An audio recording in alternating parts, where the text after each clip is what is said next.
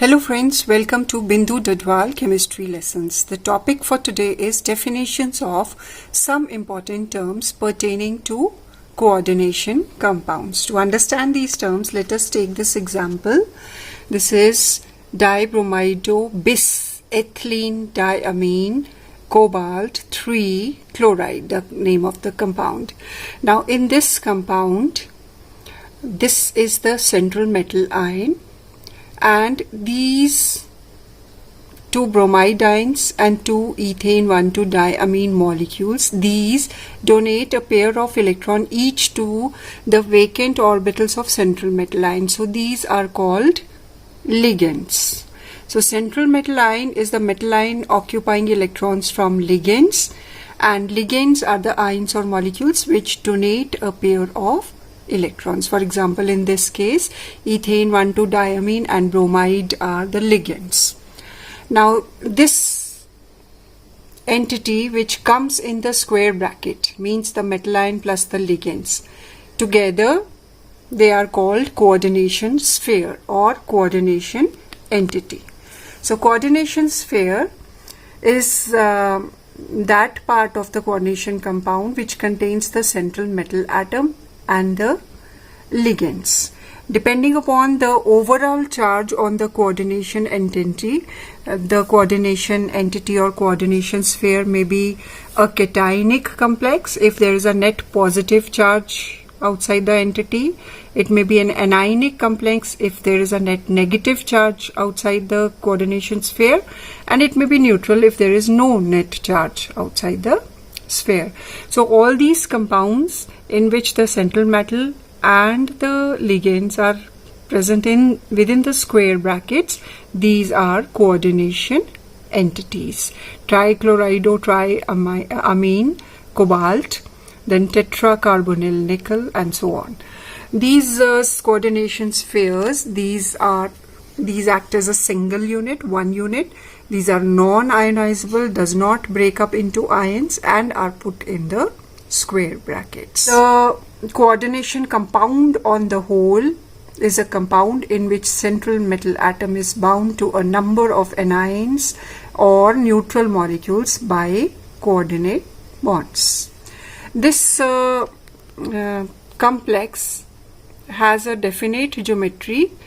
It comes in a particular shape which is called the coordination polyhedron. Coordination polyhedra are the spatial arrangement of ligands around the metal atom. When 4 ligands are present, they may be arranged in a tetrahedral polyhedron or in a square planar manner. Similarly, 6 ligands are arranged in an octahedral polyhedron, and 5 in a square pyramidal, also be present in trigonal bipyramidal polyhedron. Coordination compound, the overall charge that appears outside this coordination entity, this is balanced by another ion. This ion is called the counter ion. This is ionizable and can dissociate as ions and come into the solvent. For example, in this compound, chloride ion is the counter ion. Coordination number. The number of coordinate bonds formed between the central metal ion and the ligands is called the coordination number. So cobalt is forming 2 bonds with bromide ions and 2 each with each ethane 1,2-diamine. This is a bidentate ligand. Each ligand is forming 2 bonds. So there are 2 ligands, so total coordination number will be 2 into 2 for ethane 1,2-diamine and 2 for bromide. That means 2 plus 4, 6. 6 is the coordination number of this compound. While doing the coordination compounds, the oxidation state of the metal is also very important because it helps in deciding the number of counter ions outside the sphere. So oxidation state or oxidation number of the central atom is the charge it would carry if all the ligands are removed along with the electron pairs that are shared with the central atom. For example, the overall charge is 3 positive, and if the oxidation number is X, then X plus 6 into, this is a neutral ligand, 0 is the charge on it, so 6 into 0 is equal to 3. So the oxidation number of cobalt is plus 3. It is, while naming the compound, it is represented by a Roman numeral in parenthesis. For example, for the name of this compound will be hexaamine cobalt 3 ion. So 3 is written in Roman numbers in brackets. The calculation of oxidation number in a compound is done. We assume, if we don't know the oxidation number of the metal ion, let it be X. Then the algebraic sum of all the oxidation states, which should be equal to the charge that is appearing outside the entity. So X plus 6 into 0 is equal to 2. Solving, X plus 0 is equal to 2, X is equal to 2. Similarly, we can find out the oxidation number of metals in these complexes also. In this complex, this is X, chloride carries -1 charge, so X plus -1 plus 5 into ammonia is 0, neutral. 5 into 0 is equal to, overall charge is plus 2. So X plus -1 plus 5 into 0 is equal to plus 2. Solving this comes out to be -2 goes on this side, X is equal to plus 3. Similarly, oxalate carries -2. So 3 into -2 is -6. So X plus -6 is equal to -3. This comes out to be plus 3. Carbon monoxide is 0. So X plus 4 into 0 is equal to 0. X is equal to 0. Then the overall net charge can also be calculated if the oxidation number of the compound is known. So these are the different terms that come while studying the coordination compounds. Now, regarding ligands, a ligand is a molecule which donates a pair of electrons to the central metal ion. The ligands can be of different types depending upon the number of atoms which are donating the electron pair. Ligands which can coordinate to central metal ion through only one donor atom are called unidentate or monodentate ligands. For example, ammonia donates through nitrogen, water through oxygen. These are unidentate ligands. Didentate or bidentate ligands which have two donor atoms. In oxalate ion, these two oxygen both can give a pair of electron each. Polydentate ligands have more than two donor atoms present in the molecule. For example, diethylene triamine, 2 CH2 CH2 units and 3 N nitrogen atoms. Diethylene triamine is a tridentate ligand because these 3 nitrogens can donate a pair of electron each. So any ligand which has more than 2 donor atoms is called polydentate ligands. Let us take example of a few ligands. This is these first are bidentate ligands which have 2 donor atoms, ethylene diamine, also known as ethane 1,2-diamine. In short, it is abbreviated as EN.